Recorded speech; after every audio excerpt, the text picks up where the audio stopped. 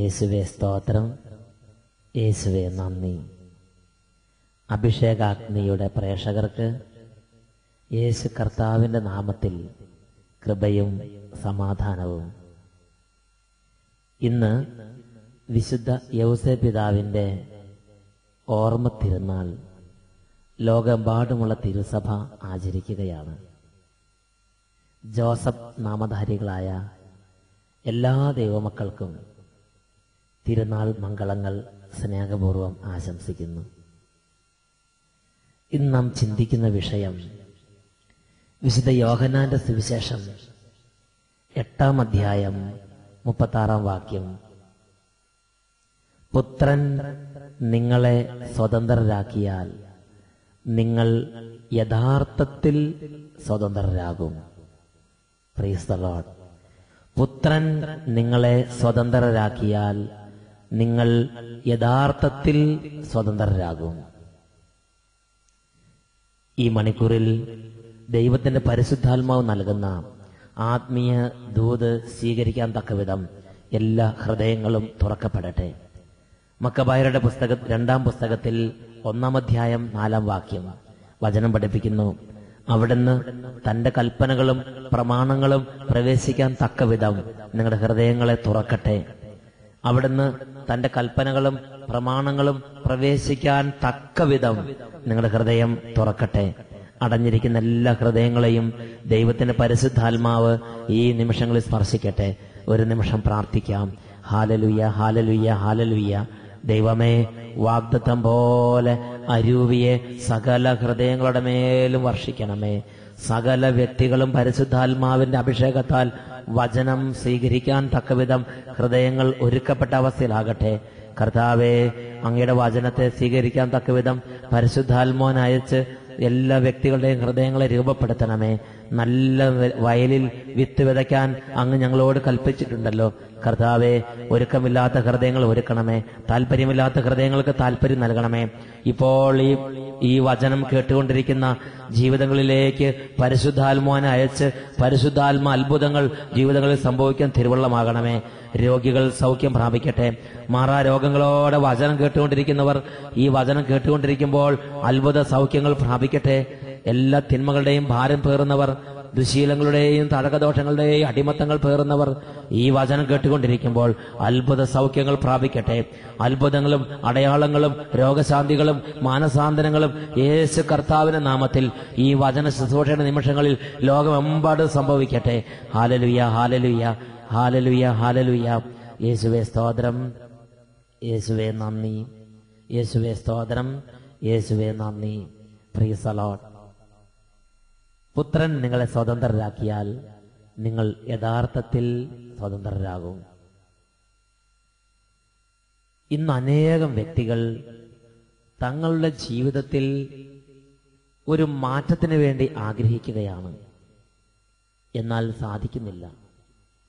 അനേകർ പലതരത്തിലുള്ള തപസ്സുകളും പലതരത്തിലുള്ള ഉപവാസങ്ങളും പലതരത്തിലുള്ള അഭ്യാസങ്ങളും ചെയ്യുകയാണ്, എന്നാൽ സ്വഭാവത്തിൽ മാറ്റം വരുന്നില്ല. മറ്റനേകർ കുമ്പസാരിക്കുന്നു, പരിത്യാഗ പ്രവൃത്തികൾ എടുക്കുന്നു, നോമ്പ് നോൽക്കുന്നു, കഠിനമായി ശരീരത്തെ പീഡിപ്പിക്കുന്നു, എങ്കിലും സ്വഭാവത്തിൽ കാര്യമായ മാറ്റം വരുന്നില്ല. അനേകർ ജീവിത നവീകരണത്തിന് വേണ്ടി ഒരുപാട് തരത്തിലുള്ള മാർഗങ്ങൾ അവലംബിക്കുന്നുണ്ട്, എന്നാൽ സ്വഭാവത്തിൽ വിശുദ്ധി നിറയുന്നില്ല. ഈ ഒരു സാഹചര്യത്തെയാണ് ഇന്ന് നാം പരിചിന്തനത്തിന് വിഷയമാക്കുന്നത്. എന്തുകൊണ്ടാണ് എനിക്ക് അടിസ്ഥാനപരമായ ഒരു സ്വാതന്ത്ര്യം ലഭിക്കാത്തത്? ഇന്ന് അനേകരുടെ ജീവിതത്തിൽ ജീവിത മാറ്റത്തിന് വേണ്ടി അവർ പരിശ്രമിക്കുന്നുണ്ടെങ്കിലും കാര്യമായ മാറ്റം സംഭവിക്കുന്നില്ല. പണ്ട് ഒരു ദൈവദാസനുണ്ടായ അനുഭവം ഞാൻ ഓർമ്മിക്കുകയാണ്. അദ്ദേഹം ഈ ദേശത്ത് നിന്ന് വിദൂര നാട്ടിൽ സുവിശേഷ ശുശ്രൂഷകൾക്കായി പോയി. ഇതൊരു ഉദാഹരണം, ഒരു സംഭവ കഥയായിട്ട് നിങ്ങൾ എടുക്കേണ്ട, ഒരു ഉപമയായിട്ട് നിങ്ങൾ എടുത്താൽ മതി. വിദൂര നാട്ടിൽ, വെള്ളിനാട്ടിൽ സുവിശേഷം പ്രസംഗിക്കാൻ വേണ്ടി കടന്നുപോയ അദ്ദേഹം ആ നാട്ടിൽ ഒരു ഡോഗ് ഷോ നടക്കുന്നു എന്ന ബാനർ ശ്രദ്ധയിൽപ്പെട്ടു. അദ്ദേഹത്തിന് ഡോഗ് ഷോ കാണണമെന്നൊരു താല്പര്യമുണ്ടായി. ടിക്കറ്റ് കരസ്ഥമാക്കി ഡോഗ് ഷോ കാണുവാൻ വേണ്ടി അദ്ദേഹം ഗാലറിയിൽ പ്രവേശിച്ചു. ഡോഗ് ഷോ തുടങ്ങണ നേരമായി. വിസിൽ മുഴങ്ങി. ഇതാ സ്റ്റേജിൽ നിരനിരയായി തടിച്ചു കൊഴുത്ത നായ്ക്കൾ കടന്നു വന്നു. 10-40 തടിച്ചു കൊഴുത്ത നായ്ക്കൾ സ്റ്റേജിലേക്ക് കടന്നു വന്നു. ആ നായ്ക്കൾ സ്റ്റേജിൽ അങ്ങനെ ഇരിക്കുകയാണ്. ഈ ദൈവദാസന് വലിയ സന്തോഷമായി. കാരണം നല്ല ട്രെയിനിങ് കിട്ടിയ, നല്ല പരിചരണം കിട്ടിയ, തടിച്ചു കൊഴുത്ത പോലീസ് നായ്ക്കളെ പോലെ നല്ല മിനുമിനുത്ത കൊഴുത്ത നായ്ക്കളാണ്. അവരുടെ പെരുമാറ്റം കാണുമ്പോൾ തന്നെ ഈ ദൈവദാസന് മനസ്സിലായി, ഇത് നല്ല ട്രെയിനിങ് കിട്ടിയ നായ്ക്കളാണ്, നല്ല ഡിസിപ്ലിനുള്ള നായ്ക്കളാണ്. ഓരോ നായ്ക്കൾക്കും വേണ്ടി കൃത്യമായ നമ്പറുകൾ സ്റ്റേജിൽ ഇട്ടുവച്ചിട്ടുണ്ട്. ആ കൃത്യ പൊസിഷനിൽ തന്നെ ഓരോ നായ്ക്കളും ക്രമം തെറ്റാതെ ഇരുന്നു. അതിന് നല്ല ഡിസിപ്ലിൻ അതിന്റെ ഓരോ പെരുമാറ്റത്തിലും പ്രകടമാക്കുന്നു. വെൽ ഡിസിപ്ലിൻഡ് ആയിട്ടുള്ള നായ്ക്കള്. പ്രിയപ്പെട്ട സഹോദരങ്ങളെ, ദേവദാസന് വലിയ അത്ഭുതമായി. നമ്മുടെ നാട്ടിലെ പല നന്നായി ട്രെയിനിങ് കിട്ടിയ പലരേക്കാൾ മികവ് പുലർത്തുന്ന നായ്ക്കള്. അങ്ങനെ ദേവദാസന് അത്ഭുതം കൂറി അതങ്ങനെ നോക്കിയിരിക്കുകയാണ്. അപ്പോൾ ഇതാ ആ സ്റ്റേജിലേക്ക് ചെറിയൊരു മാൻകുട്ടി കടന്നു വന്നു. ആ മാൻകുട്ടി ആ സ്റ്റേജിൽ കൂടെ അങ്ങോട്ടും ഇങ്ങോട്ടും പരിഭ്രമത്തോടെ പായാൻ തുടങ്ങി. ദേവദാസന്റെ ഉള്ളിൽ വലിയൊരു അങ്കലാപ്പുണ്ടായി. കാരണം ഈ ദേശത്ത് ദേവദാസൻ പോയ ഈ നാട്ടില് ഒരു ചൊക്കിളിപ്പട്ടി ആണെങ്കിൽ പോലും ഒരു പൂച്ചയെയോ എലിയെയോ മുയലിനെയോ കണ്ടാൽ അതിനെ ഓടിച്ചിട്ട് കടിച്ച് കീറി വകവരുത്തുക അത് ജന്മ സ്വഭാവമാണ്. ഇതാ 10-40 കൊഴുത്ത നായ്ക്കളുടെ മുമ്പിലേക്കാണ് ഒരു മാൻകുട്ടി, ഒരു മാൻപേട പ്രാഞ്ചി വന്നിരിക്കുന്നത്. ദേവദാസൻ സാഗൂതം നോക്കിയിരുന്നു. എന്നാൽ ഒറ്റ നായ്ക്കൾ പോലും എഴുന്നേറ്റ് അതിനെ പിടിക്കുകയോ അതിനെ വകവരുത്തുകയോ ചെയ്യുന്നതായി ദേവദാസൻ കണ്ടില്ല. പിന്നെയോ എല്ലാ നായ്ക്കളും നല്ല ഡിസിപ്ലിനോടുകൂടെ അവിടെ ഇരിക്കുകയാണ്. ദേവദാസന് വലിയ അത്ഭുതമായി. ഈ നായ്ക്കളുടെ സെൽഫ് കൺട്രോളിനെ കുറിച്ചും ഈ നായ്ക്കളുടെ ഡിസിപ്ലിനെ കുറിച്ചും ദേവദാസൻ അത്ഭുതപ്പെട്ടു. പ്രിയപ്പെട്ട സഹോദരങ്ങളെ, അങ്ങനെ മാൻപേട സ്റ്റേജിൽ നിഷ്ക്രമിച്ചു. ദേവദാസൻ വളരെ ശ്രദ്ധിച്ചപ്പോൾ കണ്ടൊരു കാര്യമുണ്ട്. ഈ നായ്ക്കൾ എഴുന്നേറ്റ് ചാടി ആ മാൻപേടയുടെ മേൽ വീണ് ആ മാൻപേടയെ വകവരുത്തുന്നില്ലെങ്കിലും, ആ മാൻപേടയെ വേട്ടയാടുന്നില്ലെങ്കിലും, പല നായ്ക്കളുടെയും വായിൽ ഈ ഒരു വേട്ടമൃഗത്തെ കാണുമ്പോൾ ഒരു വേട്ടനായ്ക്ക് എങ്ങനെ വായിൽ വെള്ളം നിറയുന്നോ, എങ്ങനെ എന്റെ ശരീരം റിയാക്ട് ചെയ്യുന്നുവോ, അതുപോലെ പല നായ്ക്കളുടെയും വായിൽ വെള്ളം നിറഞ്ഞ് അത് വീണ്ടും ഇറക്കി അവിടെ തന്നെ ഇരിക്കുകയാണ്. ചില നായ്ക്കളെല്ലാം അതിന്റെ വാല് ചുവട്ടി നിലത്തടിച്ച് ഒരു വേട്ടമൃഗത്തെ കാണുമ്പോൾ പോലെ റിയാക്ഷനൊക്കെ കാണിച്ച് അവിടെ തന്നെ ഇരിക്കുകയാണ്. ഒരൊറ്റ ചാടി ആ മാൻപേടയെ ആക്രമിക്കുന്നില്ല. അനേകം ആളുകളുടെ ജീവിതത്തിൽ നല്ല കുമ്പസാരം കഴിഞ്ഞാലും ഏതാണ്ട് ഇതുപോലെയാണ് അവരുടെ ആത്മീയ ജീവിതം. പാപത്തിന് വേണ്ടിയുള്ള ആർത്തി ഹൃദയത്തിന്റെ ഉള്ളിൽ തിളച്ചു മറിയുമ്പോഴും അവർ അങ്ങനെ കൺട്രോൾ ചെയ്ത് സെൽഫ് കൺട്രോൾ ചെയ്ത് ഡിസിപ്ലിൻ ചെയ്ത് അങ്ങനെ തന്നെ കെട്ടിമുറുക്കി അങ്ങനെ ഒരു നടപ്പുകൾ നടക്കുകയാണ്. പ്രിയപ്പെട്ട സഹോദരങ്ങളെ, ഇതാണ് ആത്മീയ ജീവിതം എന്ന് ആരും തെറ്റിദ്ധരിക്കരുത്. ഇങ്ങനത്തെ ഒരു ആത്മീയ ജീവിതത്തിന് വേണ്ടിയല്ല യേശു കർത്താവ് കുരിശിൽ മരിച്ചത്. ഇങ്ങനത്തെ ഒരു ഡിസിപ്ലിന്റെ ജീവിതത്തിന് വേണ്ടി അല്ല കർത്താവ് യേശു ക്രിസ്തു ഈ ഭൂമിയിൽ അവതരിച്ചത്. ആത്മീയത എന്ന് പറഞ്ഞാൽ അത് സെൽഫ് ഡിസിപ്ലിൻ അല്ല. ആത്മീയത എന്ന് പറഞ്ഞാൽ അത് സെൽഫ് കൺട്രോൾ അല്ല. ആത്മീയത എന്ന് പറഞ്ഞാൽ അത് അച്ചടക്കമാണെന്ന് തെറ്റിദ്ധരിക്കരുത്. ആത്മീയത എന്ന് പറഞ്ഞാൽ അത് അടിസ്ഥാനപരമായി സ്വാതന്ത്ര്യമാണ്. ആത്മീയത സ്വാതന്ത്ര്യമാണ്. അതാണ് ഗലാത്യ ലേഖനത്തിൽ 5-ാം അധ്യായം 1-ാം വാക്യം. സഹോദരരെ, ക്രിസ്തു നമ്മെ സ്വാതന്ത്ര്യത്തിലേക്ക് മോചിപ്പിച്ചിരിക്കുന്നു. ക്രിസ്തു നമ്മെ സ്വാതന്ത്ര്യത്തിലേക്ക് മോചിപ്പിച്ചിരിക്കുന്നു.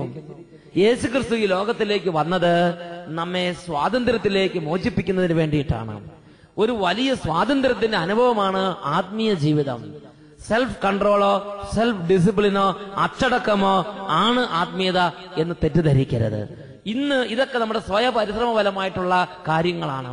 നമ്മുടെ സ്വയപരിശ്രമം എന്ന് അവസാനിക്കുന്നുവോ, നമ്മുടെ കൺട്രോൾ എന്ന് വിടുന്നുവോ, അന്ന് ആത്മീയതയും തീരും. എന്നാൽ അങ്ങനെ ഒരു ജീവിതമല്ല യേശു ക്രിസ്തുവിലുള്ള ജീവിതം. യേശു വിലുള്ള ഒരു വ്യക്തി തന്റെ ജീവിതകാലത്ത് യേശു ക്രിസ്തുവിനെ കണ്ടുമുട്ടിയാൽ, ഒരു വ്യക്തി തന്റെ ജീവിതകാലത്ത് യേശു ക്രിസ്തുവിനെ ഹൃദയത്തിൽ കർത്താവും രക്ഷിതാവും നാഥനുമായി സ്വീകരിച്ചാൽ, ആ വ്യക്തിയുടെ ജീവിതത്തിൽ ആദ്യം ഉണ്ടാകുന്ന മാറ്റം അദ്ദേഹത്തിന്റെ പാപ സ്വഭാവങ്ങളുടെ മേഖലയിലാണ്. അദ്ദേഹം പാപത്തെ സംബന്ധിച്ചിടത്തോളം മരിച്ച ഒരു വ്യക്തിയായി മാറും. ഒരു വ്യക്തിയുടെ ജീവിതത്തിൽ യഥാർത്ഥത്തിൽ അദ്ദേഹം യേശുക്രിസ്തുവിനെ കണ്ടുമുട്ടിയിട്ടുണ്ടെങ്കിൽ, ഒരു വ്യക്തിയുടെ ജീവിതത്തിൽ യഥാർത്ഥത്തിൽ അദ്ദേഹം ക്രിസ്തുവിനെ കർത്താവായി ഹൃദയത്തിൽ സ്വീകരിച്ചിട്ടുണ്ടെങ്കിൽ, അദ്ദേഹം പാപത്തെ സംബന്ധിച്ചിടത്തോളം മരിച്ച ഒരു അവസ്ഥയിലേക്ക് ഉയർത്തപ്പെടും. യേശുക്രിസ്തു ഒരു ദൈവവൈതൽ നൽകുന്ന വലിയൊരു അനുഗ്രഹമാണ് പാപകാര്യങ്ങളിലുള്ള വിടുതൽ. പാപകാര്യങ്ങളിലുള്ള വിടുതൽ. ഇന്ന് നമ്മൾ പാപം ചെയ്യാതിരിക്കുന്നത് ഇങ്ങനെ ഒരു അടിസ്ഥാനപരമായ സ്വാതന്ത്ര്യം ലഭിച്ചത് കൊണ്ടല്ല. ഇന്ന് നമ്മൾ പാപം ചെയ്യാതിരിക്കുന്നത് ഇതുപോലുള്ള ഒരു അടിസ്ഥാനപരമായ ഒരു രക്ഷയുടെ അനുഭവം ഉള്ളത് കൊണ്ടല്ല, ഒരു കൃപയുടെ അനുഭവത്തിലേക്ക് നാം കടന്നു വന്നിട്ടുള്ളത് കൊണ്ടല്ല ഇന്ന് നാം പാപം ചെയ്യാതിരിക്കുന്നത്. ഇന്ന് നാം പാപം ചെയ്യാതിരിക്കുന്നത് മറ്റു പല കാരണങ്ങൾ കൊണ്ടാണ്. പ്രിയപ്പെട്ട ദൈവമക്കളെ, യേശു കർത്താവിനെ ഒരു വ്യക്തി തന്റെ ജീവിതകാലത്ത് ആത്മാർത്ഥമായി അനുഭവിച്ചാൽ, യേശു കർത്താവ് ഹൃദയത്തിലേക്ക് രക്ഷിതാവ് നാഥനുമായി കടന്നു വന്നാൽ, ആ വ്യക്തിക്ക് യേശു കർത്താവ് നൽകുന്ന ഏറ്റവും ഉന്നതമായ വിടുതലാണ് പാപസംബന്ധമായ കാര്യങ്ങളിലുള്ള സ്വാതന്ത്ര്യം. Praise the Lord. സ്വരമേർത്തി ഹല്ലേലൂയ. ഇന്നത്തെ നമ്മുടെ സ്വാതന്ത്ര്യം ചില അട്ടപ്പാടി പശുക്കളുടെ പോലുള്ള സ്വഭാവമാണ്. ഇന്ന് നമ്മൾ നല്ല ആത്മീയ ജീവിതം നയിക്കുന്ന ഒരു വ്യക്തിയാണെങ്കിൽ പോലും നമ്മുടെ ആത്മീയ ജീവിതത്തിൽ നമ്മുടെ അനുഭവം ചില അട്ടപ്പാടി പശുക്കളുടെ സ്വഭാവം പോലെയാണ്. Price the Lord. ഹല്ലേലൂയ. അച്ഛന് കൂടുതൽ പരിചയം അട്ടപ്പാടിയിലെ ചില പശുക്കളെയാണ്. പ്രിയപ്പെട്ട സഹോദരങ്ങളെ, ആ പശുക്കളെ ഒരു സ്ഥലത്ത് കൊണ്ട് കെട്ടിയിട്ടാൽ, പശുവിനെ കൊണ്ട് കെട്ടിയിടുമ്പോൾ ആ യജമാനൻ ആ പശുവിന്റെ അടുത്ത് നിൽക്കുന്നിടത്തോളം സമയം ആ പശു വളരെ ഡീസന്റ് പശുവാണ്. ആ കുറ്റിയുടെ ചുറ്റുമുള്ള പുല്ലൊക്കെ തിന്ന് അങ്ങനെ സന്തോഷത്തോടെ ആ പശു അവിടെ വ്യാപരിക്കും. എന്നാൽ യജമാനൻ അവിടെ നിന്ന് പോയി കഴിയുമ്പോൾ ആ പശു തല ഉയർത്തി നോക്കും. അപ്പോൾ അപ്പുറത്ത് ചാണ്ടിച്ചേട്ടന്റെ പറമ്പിൽ നല്ല നല്ല വാഴക്കൊലകളും നല്ല നല്ല തെങ്ങും തൈകളും നല്ല നല്ല കമുകും തൈകളും ഇങ്ങനെ പുഷ്ടിയോടെ അരുമയാർന്ന് വളർന്നു വരുന്നത് പശുവിന്റെ ശ്രദ്ധയിൽപ്പെടും. ഉടനെ പശു ചിന്തിക്കുകയാണ്, ഞാൻ ഈ പുല്ല് തിന്ന് ജീവിച്ചിട്ട് എന്ത് കാര്യം? തിന്നുകയാണെങ്കിൽ അങ്ങനെയുള്ള ആ ചാണ്ടിച്ചേട്ടന്റെ വാഴക്കൊലകളും ആ ചാണ്ടിച്ചേട്ടന്റെ തെങ്ങും തൈകളൊക്കെ തിന്നണം. ഇത് തന്നെ തിന്ന് ജീവിച്ചിട്ട് എന്ത് കാര്യം? പശുവിന്റെ മനസ്സ് അങ്ങോട്ട് പാഞ്ഞു. ഇപ്പോൾ പശുവിന്റെ ഉള്ളിൽ വലിയ ആഗ്രഹമായി. പശു ഈ കുറ്റിയടിച്ച് കെട്ടിയിട്ടിരിക്കുന്ന സ്ഥലത്ത് നിന്ന് കയറും വലിച്ച് ചാണ്ടിച്ചേട്ടന്റെ പറമ്പിന്റെ അരികിലേക്ക് നീങ്ങുകയാണ്. ചാണ്ടിച്ചേട്ടന്റെ പറമ്പിന്റെ അരികിലേക്ക് ചെല്ലുന്നതോടുകൂടെ പശുവിനൊരു കാര്യം മനസ്സിലാകുന്നു. കാര്യം ഇതാണ്, ഈ കയറിന് നീട്ടം വേലിയുടെ അരികു വരെ മാത്രമേ ഉള്ളൂ.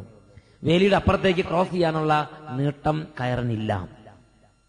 ഇനി അപ്പുറത്തുള്ള വസ്തുവകകൾ തിന്നണമെങ്കിൽ ഒന്നുകിൽ കയറ് പൊട്ടിക്കണം, അല്ലെങ്കിൽ കുറ്റി പറിക്കണം. പശു ചിന്തിച്ചു, പണ്ടൊരു നാൾ കയറ് പൊട്ടിച്ചു, പണ്ടൊരു നാൾ കുറ്റി പറിച്ചു, അന്ന് വീട്ടിലെത്തുന്നതുവരെ പൊതിരെ അടിച്ച് അതിന്റെ വേദന ഇപ്പോഴും മാറിയിട്ടില്ല. അതുകൊണ്ട് പശു പറഞ്ഞു, കയറ് പൊട്ടിച്ച് കുറ്റി പറിച്ച് ഇനി ഞാൻ തിന്നില്ല.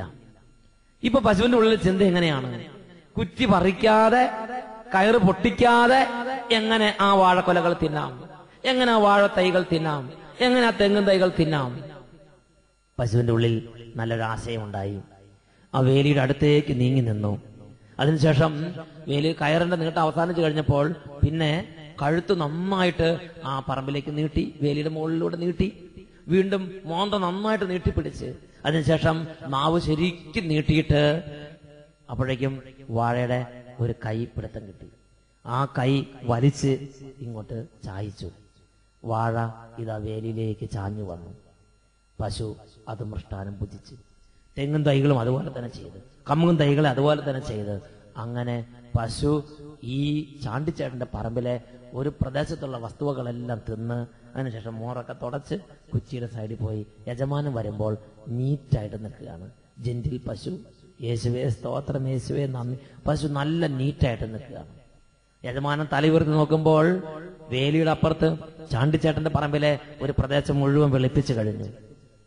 പ്രിയപ്പെട്ട സഹോദരങ്ങളെ, ഇതുപോലെയാണ് അനേകം ക്രിസ്ത്യാനികളുടെ ജീവിതത്തിൽ പാപക്ഷമ അല്ലെങ്കിൽ പാപ വിടുതലില്ലാത്ത അവസ്ഥയിലുള്ള ജീവിതം. ശരിയാണ്, അവർ കുമ്പസാരിക്കുന്നുണ്ട്, ശരിയാണ്, അവർ നല്ല തരത്തിലുള്ള ആത്മീയ കാര്യങ്ങൾ അഭ്യസിക്കുന്നുണ്ട്, പക്ഷെ ഹൃദയത്തിൽ അടിസ്ഥാനപരമായ വിടുതൽ ഇല്ല. ഹൃദയത്തിൽ വിടുതലില്ല.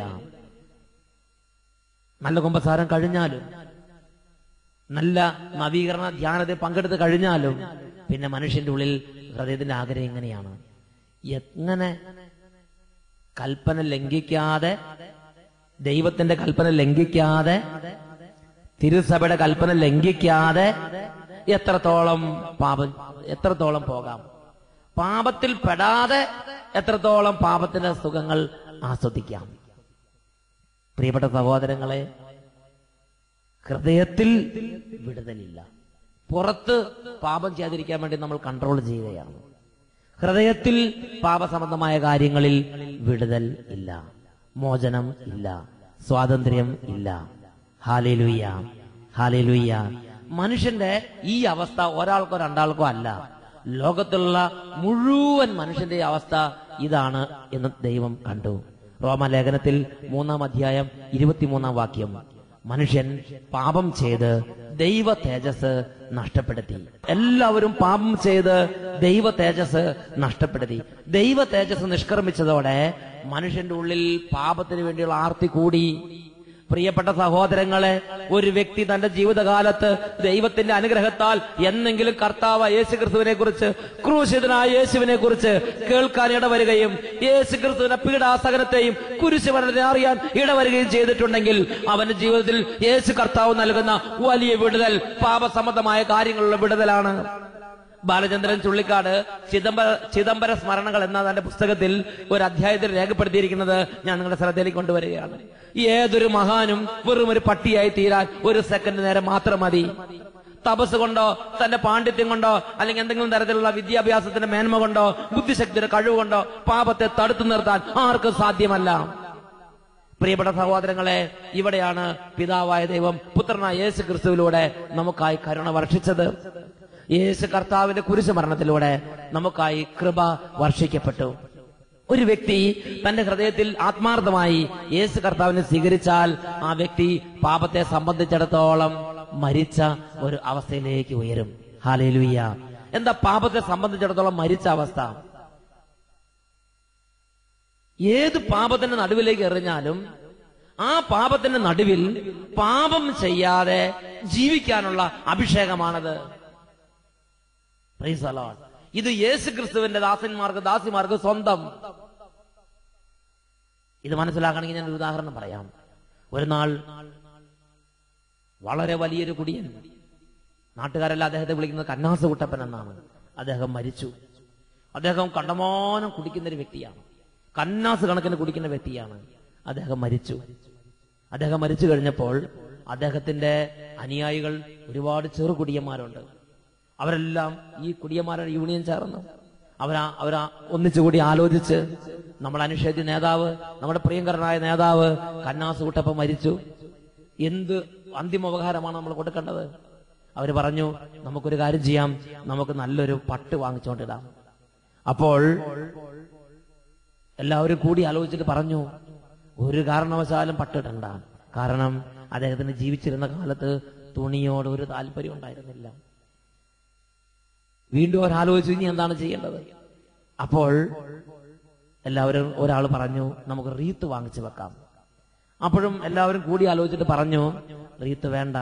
കാരണം ജീവിച്ചിരുന്ന കാലത്ത് പൂക്കളും തളിരുകളൊക്കെ കണ്ട ചവിട്ടി അരച്ച് നടക്കുന്ന സ്വഭാവമായിരുന്നു. അത് അദ്ദേഹത്തിന് താല്പര്യമില്ലാത്ത കാര്യമാണ്. വീണ്ടും ഒരാലോചിച്ചു, ഇനി എന്താണ് ചെയ്യേണ്ടത്? അദ്ദേഹത്തിന് എന്തായിരുന്നു താല്പര്യം? അപ്പോൾ എല്ലാവരും ഏകസ്വരത്തിൽ പറഞ്ഞൊരു കാര്യമുണ്ട്, അദ്ദേഹത്തിന്റെ ജീവിതത്തിൽ താല്പര്യമുള്ള ഒരേ ഒരു കാര്യം മാത്രമേ ഉള്ളൂ, ചാരായം. അതുകൊണ്ട് ഒരു കന്നാസ് ചാരായം കൊണ്ട് അവസാനമായിട്ട് അങ്ങോട്ട് കൊടുത്തേക്കാം. അങ്ങനെ അവര് നല്ല ഒരു കന്നാസ് ചാരായം, ചൂട് ചാരായം തന്നെ ഈ കന്നാസ് കുട്ടപ്പനെ കൊണ്ട് സമർപ്പിച്ചു. ഇപ്പോൾ കന്നാസ് കുട്ടപ്പന്റെ സ്വഭാവമൊക്കെ മാറിയിരിക്കുകയാണ്. പണ്ടത്തെ പോലെ അളിഞ്ഞു പൊളിഞ്ഞ നോട്ടമൊന്നുമില്ല. ഇപ്പോൾ വെള്ള തുണിയിൽ പൊതിഞ്ഞ്, മൂക്കിൽ പഞ്ഞി വെച്ച്, കയ്യിൽ കുരിശുരൂപം, കൊന്തയൊക്കെ പിടിച്ച്, ഒരേ കിടപ്പ്, ഒരേ വിചാരം, യേശുവേ സ്തോത്രം, യേശുവേ നന്ദി. അവനിടം വലം തിരിഞ്ഞു നോക്കാതെ നല്ല വ്യത്യാസപ്പെട്ട അവസ്ഥയിൽ കിടക്കുകയാണ്. ഈ ചെറുകുടിയന്മാരെല്ലാവരും കൂടെ കൂട്ടത്തോടെ ചെന്ന് ഈ ഒരു കന്നാസ് ചാരായം നമ്മുടെ കന്നാസ് കുട്ടപ്പന്റെ മൂക്കിന്റെ അടുത്ത് കൊണ്ടുവന്ന് വെച്ചു. അല്പനേരം അവർ മാറി നിന്നു. കുറച്ചു നേരത്തിന് ശേഷം അവർ തിരിഞ്ഞു നോക്കി. എന്നാൽ കന്നാസ് കുട്ടപ്പൻ ഒരു തുള്ളി പോലും കുടിച്ചില്ലെന്ന് മാത്രമല്ല, ഇവർ കൊണ്ടുവന്ന് വെച്ച ആ ചാരായത്തൊന്ന് ഗവനിക്കുക പോലും ചെയ്യുന്നില്ല. അദ്ദേഹം അങ്ങനെ ഒരേ കിടപ്പ്, ഒരേ വിചാരം. അപ്പൊ അവർ പറഞ്ഞു, ഒരു തുള്ളി വായിലേക്ക് എത്തിച്ചാൽ ഇദ്ദേഹത്തിന്റെ സ്വഭാവം മാറും. അങ്ങനെ പൂസായ കുടിയന്മാർ എല്ലാവരും ചേർന്ന് ഒരു ഓസ് കൊണ്ടുവന്ന് ഈ കന്നാസിൽ നിന്ന് ഓസിട്ട് ഈ കന്നാസ് കുട്ടപ്പന്റെ വായിലേക്ക് ചാരായം ഒഴുകാൻ ഇടവരുത്തി കൊടുത്ത്. അങ്ങനെ ചാരായം കന്നാസ് കുട്ടപ്പന്റെ വായിലേക്ക് ഒഴുകിക്കൊണ്ടിരിക്കുകയാണ്. അവർ മാറി നിന്ന് കുറെ സമയത്തിന് ശേഷം തിരിഞ്ഞു നോക്കി. അപ്പോൾ അവരെ അത്ഭുതപ്പെടുത്തിയൊരു കാഴ്ചയുണ്ട്. ഈ കന്നാസ് കുട്ടപ്പൻ ഒരു തുള്ളി ചാരായം കണ്ട് അവിടെ കമിഴ്ന്ന് വീഴുന്ന കന്നാസ് കുട്ടപ്പൻ ഇപ്പോൾ ഒരു തുള്ളി ചാരായം പോലും കുടിക്കുന്നത്. ചാരായം അദ്ദേഹത്തിന്റെ വായിൽ ചെന്നത് പുറത്തേക്ക് ഒഴുകിപ്പോയിക്കൊണ്ടിരിക്കുകയാണ്. അദ്ദേഹം അതിനോട് യാതൊരു താല്പര്യവും കാണിക്കുന്നില്ല.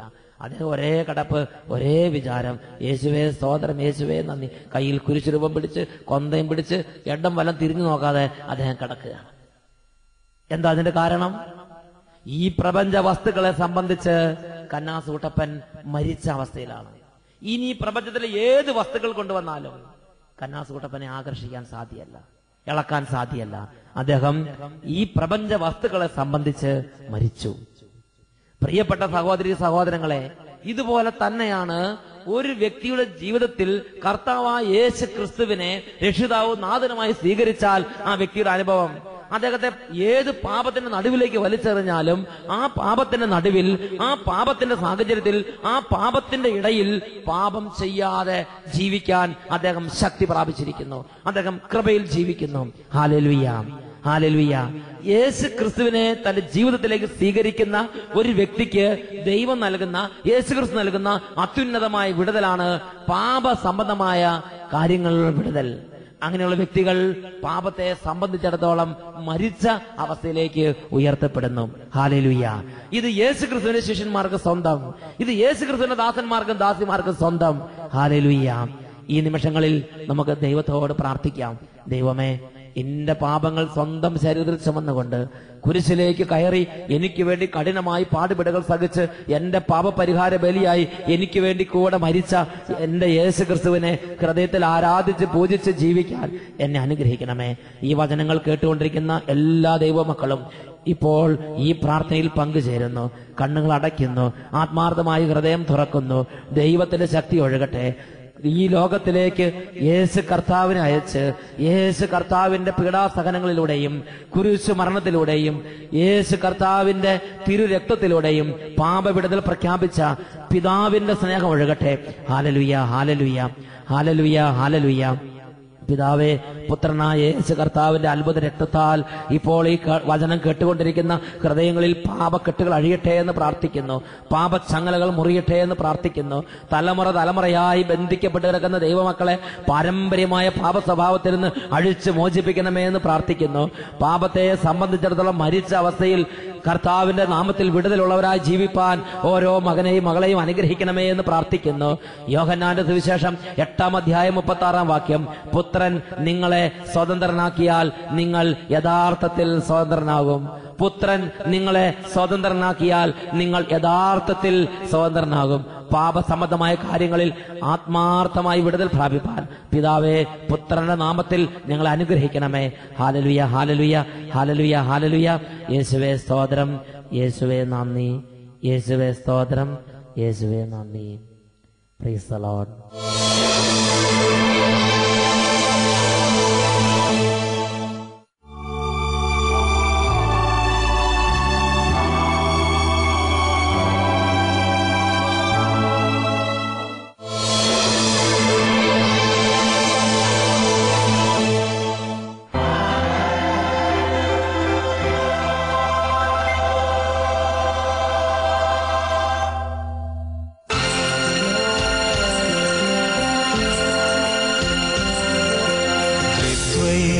ദൈവമേ, അങ്ങെന്റെ ഹൃദയത്തിൽ എന്നെന്നും വാഴുന്നു എന്നു ഞാനറിയുന്നു. ദൈവമേ, അങ്ങെന്റെ ഹൃദയത്തിൽ എന്നെന്നും വാഴുന്നു എന്നു ഞാനറിയുന്നു. അങ്ങയെ കൂടാതെ ഒരു നിമിഷം പോലും ജീവിക്കാൻ ഈ ഭൂവിൽ സാധ്യമല്ല. അങ്ങയെ കൂടാതെ ഒരു നിമിഷം പോലും ജീവിക്കാൻ ഈ ഭൂവിൽ സാധ്യമല്ല. ദൈവമേ, അങ്ങെന്റെ ഹൃദയത്തിൽ എന്നെന്നും വാഴുന്നു എന്നു ഞാൻ അറിയുന്നു. ദിവ്യകാരുണ്യനാഥനായ ദൈവം യേശു കർത്താവ് ലോകത്തെ അനുഗ്രഹിക്കുന്ന സമയമാണിത്. രോഗികളെ സുഖപ്പെടുത്തുന്ന സമയമാണിത്. കുടുംബങ്ങളിലേക്ക് കടന്നു വന്ന അനുഗ്രഹങ്ങൾ ചൊരിയുന്ന സമയമാണിത്. പാപത്തിന്റെ മാറ്റമില്ലാത്ത സ്വഭാവങ്ങൾക്ക് അടിമപ്പെട്ട മക്കളെ പാപച്ചങ്ങലകൾ പൊട്ടിച്ച് വിടുവിക്കുന്ന നേരമാണിത്. ഈ നിമിഷങ്ങളിൽ വിശ്വാസത്തോടെ എളിമപ്പെട്ട് പ്രാർത്ഥിക്കാം. മകനെ, മകളെ, നീ ആയിരിക്കുന്ന സ്ഥലത്ത്, നീ ആയിരിക്കുന്ന മുറിയിൽ, ഇപ്പോൾ നീ എവിടെയാണോ അവിടെ ദൈവം തന്റെ പരിശുദ്ധ സാന്നിധ്യം നൽകുന്ന സമയമാണ്. കണ്ണുകൾ അടച്ച് പിടിച്ച് രണ്ട് കരങ്ങളും അല്പം ഉയർത്തി വിടുതലിനായി രക്ഷ നൽകുന്ന ദൈവത്തെ വിളിച്ച് ആരാധിക്കാം. മദ്യപാന രോഗപീഠകൾ ഇപ്പോൾ വിട്ടുമാറി സൗഖ്യം ലഭിക്കുന്നു. ദുശീലങ്ങൾ, ചീട്ടുകളി, പലതരത്തിലുള്ള ലൈംഗിക ദുശീലങ്ങൾ, പലതരത്തിലുള്ള തിന്മകൾ, ദ്രവ്യാഗ്രഹം, പലതരത്തിലുള്ള ജഡികാസക്തികൾ ഇതെല്ലാം വിട്ടുപോവുകയാണ്. ഹാലലുയ, ഹാലലുയ, ഹാലലുയ. എല്ലാവരും കർത്താവിനെ വിളിച്ച് പ്രാർത്ഥിക്കുന്നു. യേശു കർത്താവ് അത്ഭുതകരമായി സൗഖ്യം നൽകുന്ന ദൈവമാണ്. ഇതാ സൗഖ്യത്തിന്റെ ദൈവം സ്പർശിക്കുന്നു. ദൈവമേ, ഇപ്പോൾ സ്വർഗത്തിൽ നിന്ന് ശക്തി അങ്ങയുടെ ദാസന്മാരുടെ മേലും ദാസിമാരുടെ മേലും നൽകണമേ.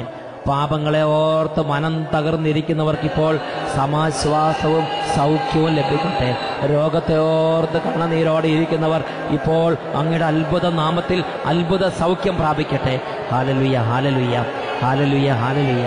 വിട്ടുമാറാത്ത ദുശീലങ്ങളെ ഓർത്ത് കണ്ണുനീരൊഴുക്കുന്നവർ ഇപ്പോൾ യേശുവിന്റെ നാമത്തിൽ, യേശുവിന്റെ ക്രൂശിത യാഗത്തിന്റെ യോഗ്യതയാൽ സൗഖ്യം പ്രാപിക്കട്ടെ. ഹാലലുയ, ഹാലലുയ. യേശുവേ സ്തോത്രം, യേശുവേ. ദൈവമേ, അങ്ങെന്റെ ഹൃദയത്തിൽ എന്നെന്നും വാഴുന്നു എന്നു ഞാൻ അറിയുന്നു.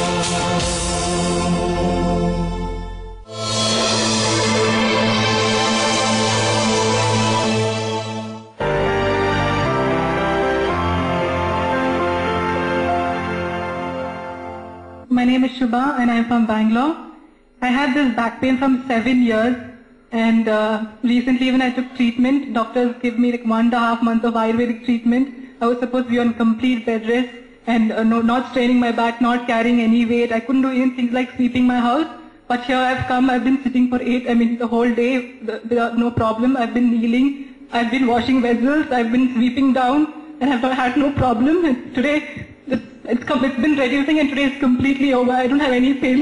ഹല്ലേലൂയ. 7 വർഷമായി ബാക്ക് പെയിൻ ഉണ്ടായിരുന്ന ഈ സഹോദരിയെ കർത്താവ് അത്ഭുതകരമായി സുഖപ്പെടുത്തി. ഇപ്പോൾ അടിക്കാനും പാത്രം കഴുകാനും മുട്ടുകുത്താനും എല്ലാം ചെയ്യാനുള്ള കഴിവ് കൊടുത്ത് കർത്താവ് അനുഗ്രഹിച്ചു. കരങ്ങളടിച്ച് ഈശോയെ മഹത്വപ്പെടുത്താം.